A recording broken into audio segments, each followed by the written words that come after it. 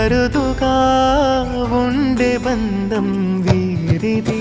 ఈ తమ్ముడే తన అక్క కమ్మై లాలించే లాలించే, అక్కకే తను కన్న తండ్రై పాలించే పాలించే.